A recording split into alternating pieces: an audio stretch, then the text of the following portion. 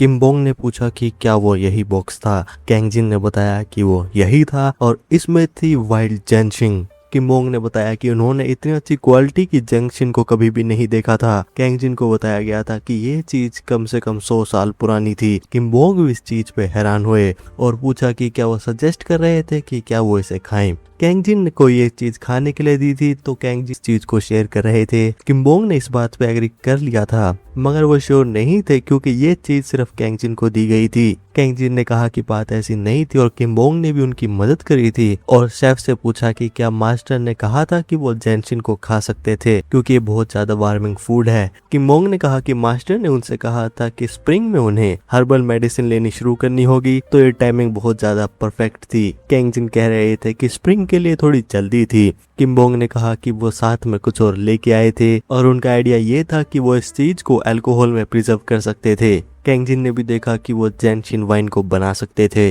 Kang जिन को ये idea अच्छा लग रहा था मगर अगर वो इस चीज को रेफ्रिजरेटर में छोड़ देंगे तो इसकी मेडिकल प्रॉपर्टीज चली जाएंगी। इसीलिए किम बोंग ने उसी समय प्रेप करने का शुरू कर दिया था। कैंग जिन ने किम बोंग को थैंक यू कहा। किम बोंग ने बताया कि जिसने भी इसे हार्वेस्ट करा था वो बहुत ज्यादा स्किल्ड था क्योंकि अभी भी इसमें बहुत ज्यादा टाइनी रूट्स बची हुई थी।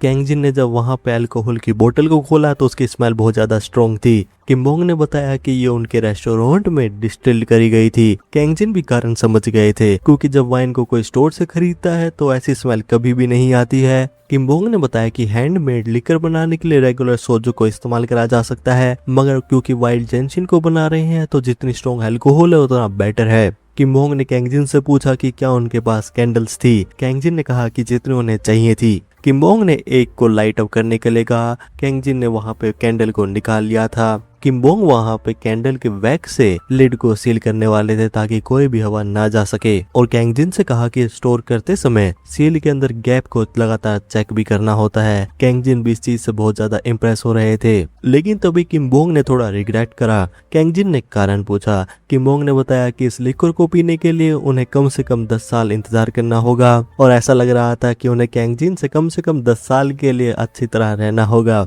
कैंग जिन ने कहा कि 10 साल बहुत ज्यादा कम थे और वो उससे ज्यादा उम्र तक मिलेंगे। कैंग जिन और किम बोंग वहां पे मजाक करने लगे। किम बोंग ने कहा कि वो थोड़ा लेट हो रहे थे तो वो जा रहे थे और कैंग जिन से कहा कि वो इस चीज को अच्छी तरह से स्टोर करे और इसे एज होने दे। कैंग जिन ने इंस्ट्रक्शंस को ले लिया था और किम बोंग को जाने से पहले कुछ देर के लिए रोका और उन्होंने किम बोंग को बेलफ्लावर फ्रूट की रूट दे दी थी। किम बोंग भी थोड़ा सरप्राइज हुए। किम बोंग भी पैकेट खोल के देख रहे थे। तभी कैंग जिन ने बताया कि उन्हें बताया गया था कि ये चीज कम से कम 30 साल पुरानी थी। किम बोंग भी पैनिक करने लगे और कह रहे थे कि वो इतनी प्रेशियस चीज को फ्री में नहीं ले सकते थे। कैंग जिन ने कहा कि ऐसी कोई बड़ी बात नहीं थी और अगर वो इंसिस्ट कर रहे थे तो जो लेकर किम बोंग ने उन्हें पिछली बार दी थी तो वो और ले सकते थे क्योंकि उनके कस्टमर को वो चीज बहुत ज्यादा पसंद आई थी। किम बोंग ने भी वहां पे ऑफर को एक्सेप्ट कर लिया था और कहा कि वो लेकर को भेज देंगे। कैंग जिन ने वैसे रिटर्न में कुछ भी एक्सपेक्ट नहीं करा था मगर वो श्योर थे कि सोही को ये चीज पसंद आने वाली थी। किम बोंग ने अपने रेस्टोरेंट में कॉल कर दिया था और उन्होंने कहा कि वो वहां पे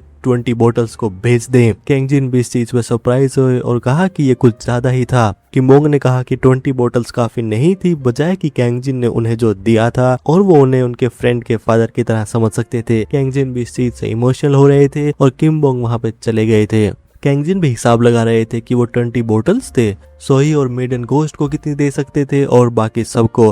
तभी कैंग जिन ने एक चीज को रियलाइज करा और वो ये था कि वो घोस्ट से पहले लोगों को प्रायोरिटाइज कर रहे थे। कुछ समय बाद रेस्टोरेंट में बहुत ज्यादा काम चल रहा था। बेयुंग वहां पे इधर भाग रहे थे कभी उधर भाग रहे थे। बेयुंग वहां पे गुस्से में आए और कैंग जिन से कहा कि क्या वो देख नहीं सकते थे कि वो बहुत ज्यादा बिजी थे और वो क्या कर रहे थे। कैंग जिन ने कहा कि बात ऐसी नहीं थी और वो चोई को देख रहे थे और वो यूजुअल से बहुत ज्यादा खुश लग रहे थे।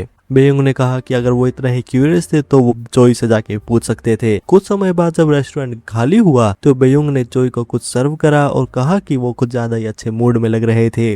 चोई ने कहा कि उनके पास इस चीज का कारण था। कैंग जिन ने पूछा कि क्या हुआ था। चोई ने बताया कि क्रिमिनल मर चुका था। कैंग जिन ने पूछा कि क्या वो सीरियल किलर की बात कर रहे थे। कैंग जिन ने भी न्यूज में देखा था कि कुछ इनमेट्स ने सीरियल किलर को बुरी तरह से पीटा था और वो सीरियल किलर हॉस्पिटल में एडमिट हो गया था मगर उन्होंने सीरियल किलर की डेथ के बारे में कुछ भी नहीं सुना था और पूछा कि वहां पे क्या हुआ था। चोई ने बताया कि भले ही काफी घोस्ट तो सीरियल किलर से अटैच से चले गए थे, मगर इसका मतलब ये नहीं था कि घोस्ट के ग्रजेस भी डिसअपियर हो गए थे। और जब चोई ने सुना कि सीरियल किलर कोलैप्स हो गया था तो चोई वहां देखने गए थे, क्योंकि वहां पे जो ग्रजेस थे वो सब सीरियल किलर के साइड में ही थे और ये चीज दिखने में अच्छी नहीं थी, मगर एंड में जो कुछ भी सीरियल किलर के साथ हुआ था वो सब उसकी वजह से ही था। कैंगजिन ने पूछा कि फिर क्या हुआ था। चोई ने बताया कि वहां पे कुछ सोल्जर आए और सीरियल किलर को ले गए। कैंगजिन ने सोल्जर्स के बारे में पूछा।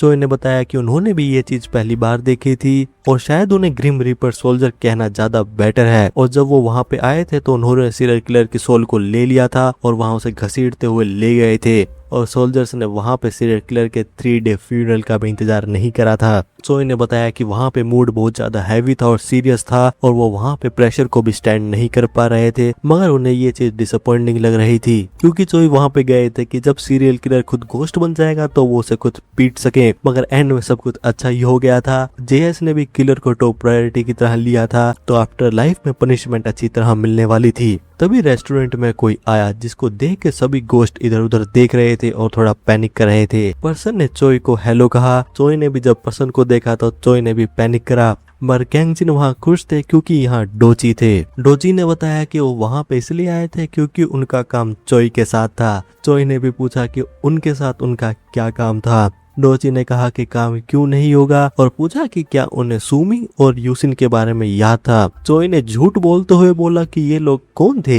मगर उन्हें पता था कि वो वही थे जो सीरियल किलर से अटैच थे। और क्या जेएस को पता चल गया था कि चोई इस चीज में इन्वॉल्व थे। डोची ने बताया कि उन्होंने चोई के लिए मनी ट्रांसफर करा था और ये नाम उन्हीं 2 वुमेन का था जो वहाँ पे खाना खाने आते थे, और जब सीरियल किलर अरेस्ट हो गया था तो वो क्रॉस ओवर हो गए थे। और वहाँ पे 3 कस्टमर ने जो गिफ्ट टैक्स भेजा था वो था 51 मिलियन, और अगर चोई वहाँ साइन करेंगे तो उनके अकाउंट में मनी आ जाएगा। चोई ने कहा कि वो इस चीज को एक्सेप्ट नहीं कर सकते हैं। डोची ने कहा कि ये लाइफ चेंजिंग अमाउंट है और चोई के करंट बैलेंस को देखते हुए इस चीज को लेना बेस्ट ही है। चोई ने कहा कि वो इसे रिटर्न करना चाहते हैं और उन्होंने सुना है कि आफ्टर लाइफ में मनी बहुत ज्यादा जरूरी है, तो उन्हें इस चीज की ज्यादा जरूरत होगी। डोची ने कहा कि ये बात अच्छी थी कि चोई वहाँ नाइस थे, मगर वहाँ पे मनी रिटर्न करने के लिए सोल नहीं थी। चोई ने भी पैनिक करते हुए पूछा कि सोल नहीं था मतलब क्या था। चोई ने कहा कि उनकी बात बिल्कुल सही थी और उनकी सोल्स आफ्टर लाइफ में एग्जिस्ट नहीं कर रही थी, और जो सोल्स जिनकी डेथ उनकी नेचुरल लाइफ स्पैन से पहले हो जाती है वो किसी भी जजमेंट के अंदर नहीं जाते हैं और उन्हें उसी समय री इनकारनेट होने का चांस मिलता है।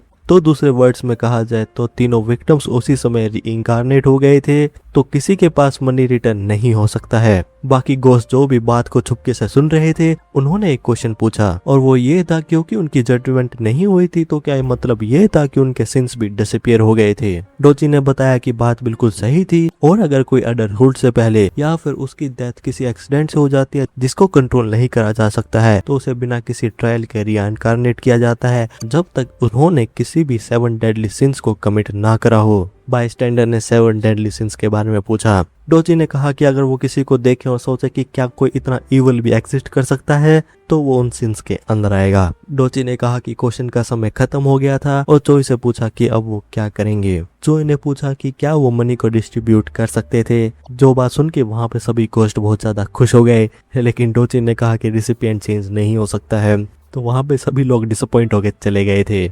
डोची ने बताया कि विक्टिम वहाँ पे रेस्टोरेंट ओनर को भी ग्रेटिट्यूड दिखाना चाहते हैं। कैंगजिन भी सरप्राइज है और उन्होंने देखा कि उन्हें 800,000 वोन मिले थे। चोई ने डोची से पूछा कि क्या विक्टिम ठीक लग रहे थे। डोची वहाँ पे खुश हुए। डोची ने बताया कि जब वहाँ पे वो गए थे तो उनके चेहरे पे बहुत बड़ी स्माइल थी। कैंगजिन सोच रहे थे कि उन्हें इतना देने की जरूरत नहीं थी और उन्हें दिया गया था तो उसे मना करना गलत लग रहा था, और वो उम्मीद कर रहे थे कि उनकी अगली लाइफ पीसफुल होगी। डोची को वहाँ सिग्नेचर मिल गए थे तो वो वहाँ से चले गए थे। कैंगजिन रेस्टोरेंट के बाहर खड़े हो गए थे और वो एक मोमेंट ले रहे थे। तभी चोई आए और उन्होंने पूछा कि क्या वो उन दोनों के लिए ऑमलेट बना सकते थे। कैंगजिन ने वहाँ पे ऑर्डर ले लिया था और बेयोंग से कहा कि वो ऑमलेट के लिए रेडी हो जाएं। कुछ समय बाद कैंगजिन एक कार के अंदर जा रहे थे और मैनेजर ली से पूछ रहे थे कि उन्हें कहाँ तक जाना था, क्योंकि कार बहुत ज्यादा शेक कर रही थी और कैंगजिन की हालत बहुत ज्यादा खराब थी। मैनेजर ली ने कहा कि वो वहाँ पे पहुंचने ही वाले थे।